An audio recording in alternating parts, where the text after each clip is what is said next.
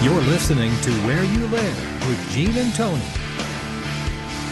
We're back. You're listening to Where You Live with Gene and Tony. We're broadcasting live from the Concierge Landscape Studios. Remember, when it comes to grounds care, you want someone who is proactive, looking for site solutions before problems appear. Anybody can drive quickly on a small tractor across your lawn or driveway. I don't think that's what you want. You want someone who knows and understands how curb appeal adds value to your property.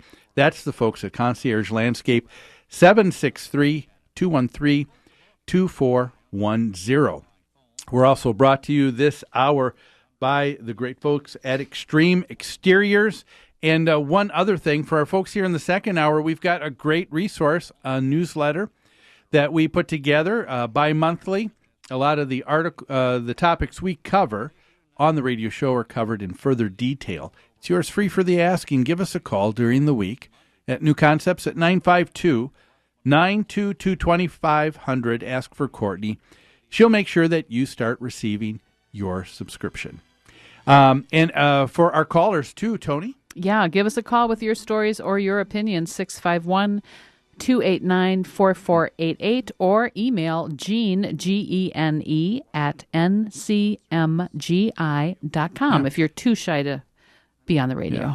You know, I really like talking to Senator Gerlach. He is just a great guy, isn't he? Very thoughtful guy, and I appreciated the civics lesson in the beginning. It's something that we all need to know and remember that, usually when the state legislature is in action, people just kind of raise up their hands and go, oh, what's going to happen? But they get as frustrated as some people get with their homeowners associations. Exactly. And that is, well, there's nothing I can do, and these people are telling me what to do. But Senator Gerlach said, this is in process right now, and that means now is a good time to notify him through his email how you feel about these issues. Yeah. And, and the one thing that I wish if I could get across to all the folks that live in a homeowner association is to have that same outlook when they take a look at the governing of their own HOA where they live. That's right. Too often people are willing to give up there. They won't give up at the state legislature. People will pay lobbyists thousands of dollars. People will write letters. But when it comes to their own HOA, they want to give up and allow just a few people to run the place. Yeah. Or they want to assert themselves and demand all of their wishes be granted as a little without fiefdom. regard of the democratic process. Here's what struck me, too. One of the things that struck me about talking to Eileen.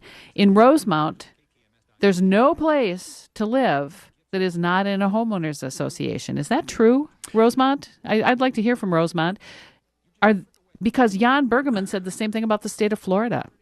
So I'm beginning to wonder if there's some truth to this. I think what folks are saying is, I know where I want to live, and a lot of those areas are where there's new development, and so there are so some of the places where they want to live. That is, there are homeowner associations going up, but you're right. That's not the only thing. And to me, how far do you go with that argument would be kind of interesting to take a look at. I can live in Minnesota, and I may say I don't like the structure of Minnesota.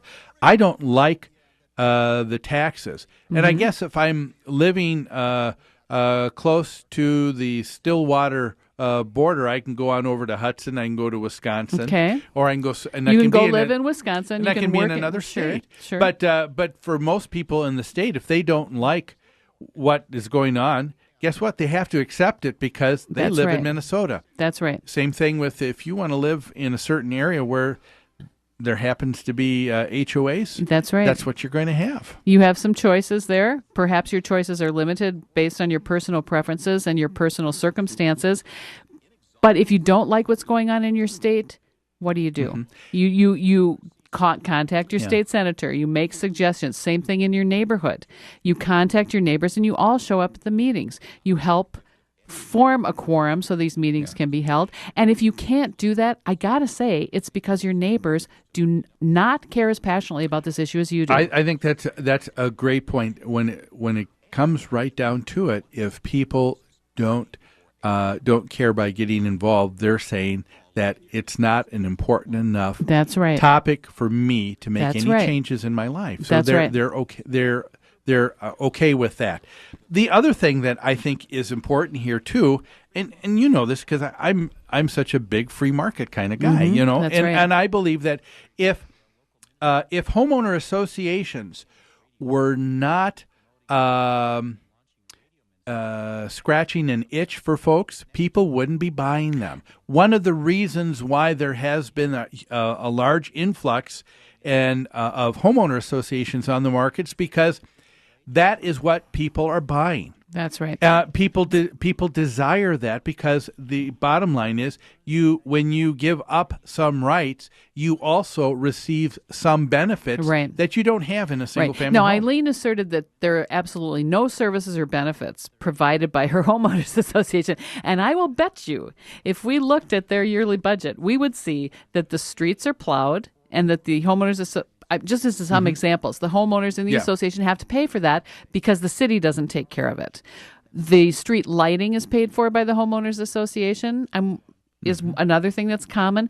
A monument sign at the entry to the community that maybe has landscaping around it, that's maintained by the homeowners association. And I will also bet it's very, very reasonably low yearly assessments that pay for those things. Part of what you buy into when you buy a homeowners association is that the community is going to be kept up to a certain standard, a certain architectural standard, a certain aesthetic standard, and that's the benefit. And people appreciate that. And one of the reasons why a lot of municipalities want to encourage that is because it'll be easier to control those types of things than on a citywide level when an individual association has the ability to maintain that architectural control. Sure, that's right. Plus the services, it saves the city money, obviously, but that saves everybody on local taxes.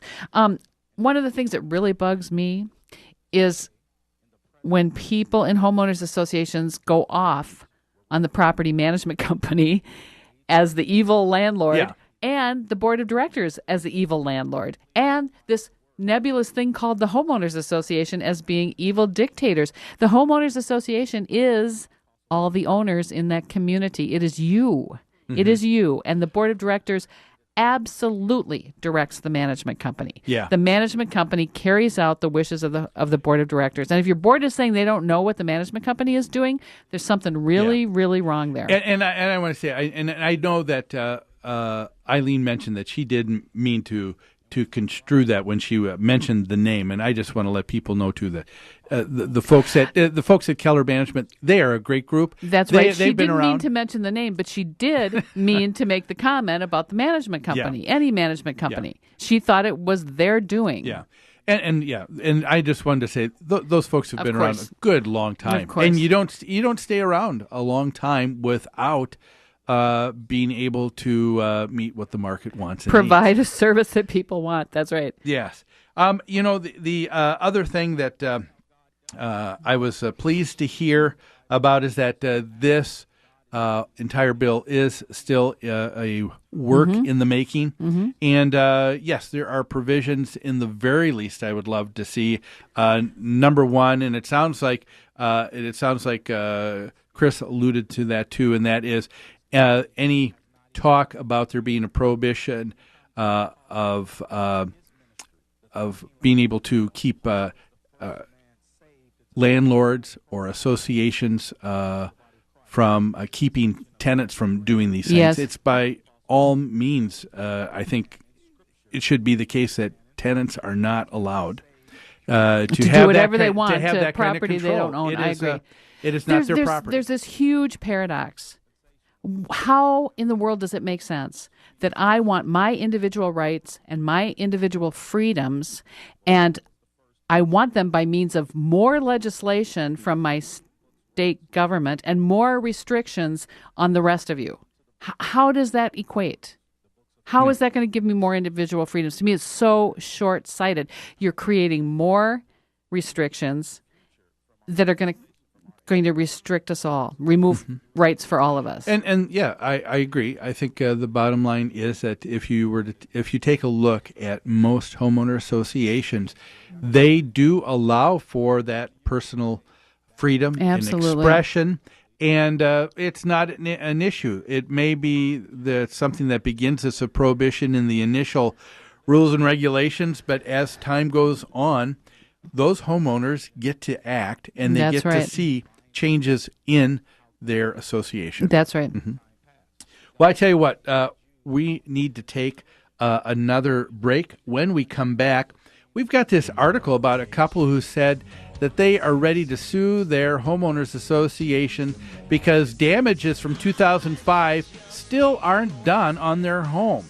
We'll find out more about that right here on Where You Live with Gene and Tony on AM 1280, The Patriot.